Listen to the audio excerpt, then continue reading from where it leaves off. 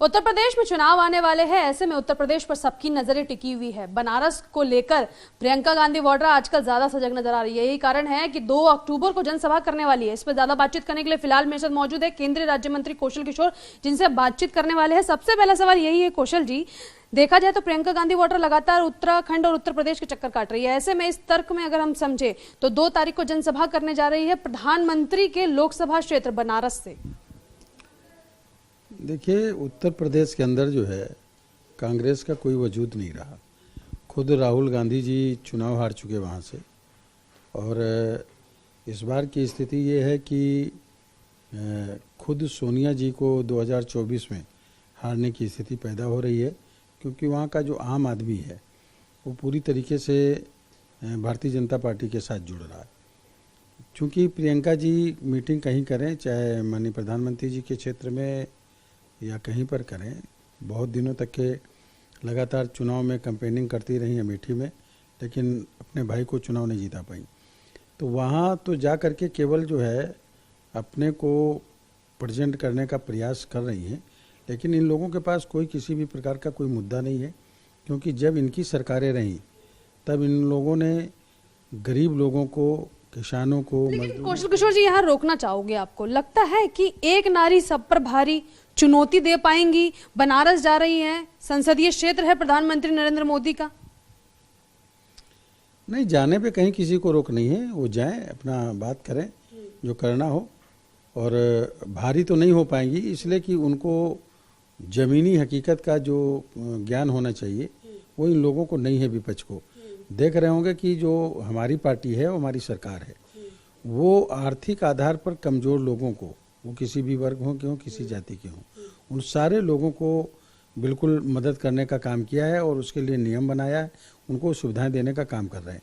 इसलिए वो सारे के सारे लोग जिनको सुविधाएं मिल रही हैं वो बीजेपी के साथ खड़े हैं। उनके दिमाग में एक ही बात है कि अगर बीजेपी की सरकार नहीं आएगी तो ये सुविधाएं हमारी खत्म हो जाएंगी। चलिए, मुद्दा मायावती के ऊपर लेकर आते हैं। आपके पास भी SC ST OBC के कई वोट होंगे, क्योंकि कहा जाता है कि पिछड़ों की नैया केवल और केवल चुनावों में वही संवार सकते हैं जो कि दमखम दिखा सकते हैं अपना। बहरहाल, आपको क्या लगता है कि मायावती को लेकर क्या टिप्पणी करना चाहेंगे? OBC को लेकर जो है वो साफ तौर पर कह रही है कि SC ST पदों में आपने नियुक्ति नहीं की है, और कांग्रेस फायदा उठा रही है कि वो दलित को मुख्यमंत्री उन्होंने बनाया, खासकर पंजाब की अगर बात की जाए।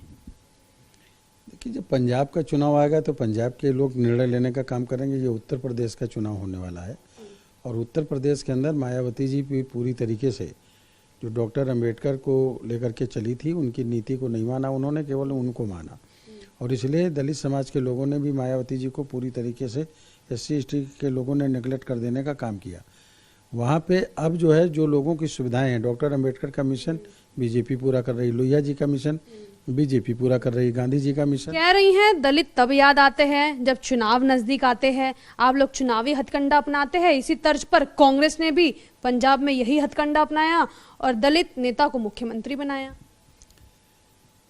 अब वो दरअसल में उनके पास कोई चीज, बात कुछ कहने के लिए बचा नहीं, इसलिए ये फिजूल की बात करती हैं। मैंने बताया ना कि अंबेडकर के मिशन को ही पूरा करें। इसमें सारे लोगों को जो सुविधाएं मिल रही हैं उसमें सबसे ज्यादा दलित, बैकवर्ड, मुस्लिम और फिर अपर कास्ट के गरीबों को वो सुविधा। मायावती जी को लेकर क्या टिप्पणी करेंगे, और खासकर कांग्रेस को लेकर भी क्या टिप्पणी करना चाहेंगे? चरणजीत सिंह चन्नू को जो है उन्होंने वहां से मुख्यमंत्री बनाया है पंजाब से, और मायावती जी कह रही है कि दलितों को साधने के लिए चुनावी हथकंडा है ये।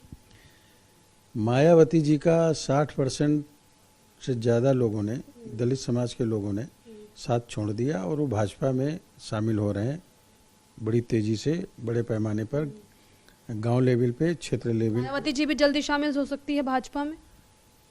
मायावती जी अगर अंबेडकर के मिशन को पूरा करना चाहती है तो उनको शामिल हो जाना चाहिए।